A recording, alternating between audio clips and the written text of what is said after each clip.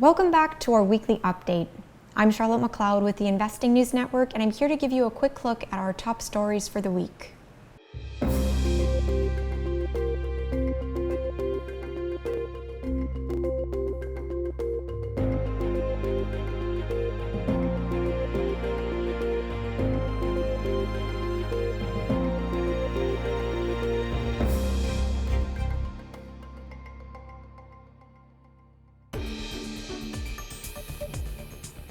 The first week of Q3 has treated gold well so far.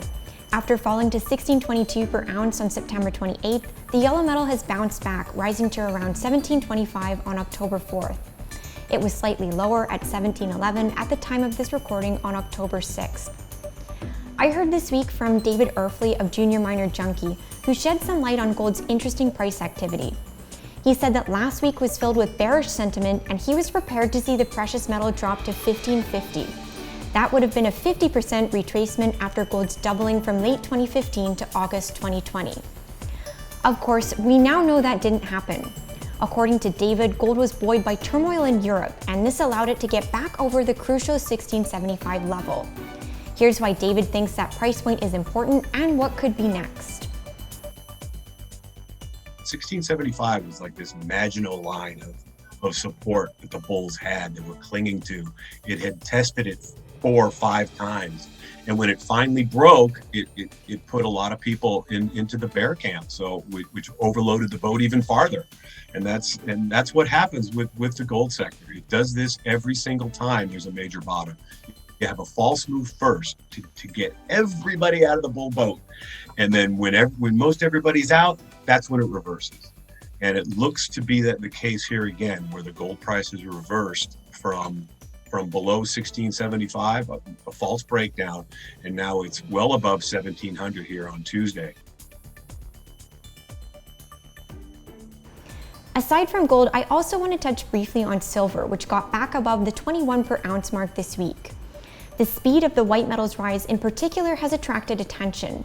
It jumped from 1813 on September 28th to a high point of 2114 on October 4th.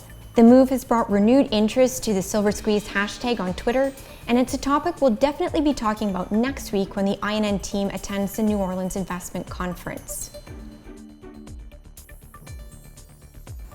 As a final comment, it's worth noting that according to the US Department of Treasury, the country's debt reached $31 trillion this week, which is a new high.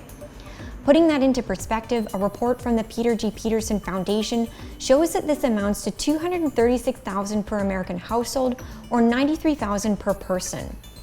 If you've been following along on our channel, you'll know that many commentators have pointed to ballooning US debt as a major problem that rising interest rates are only exacerbating.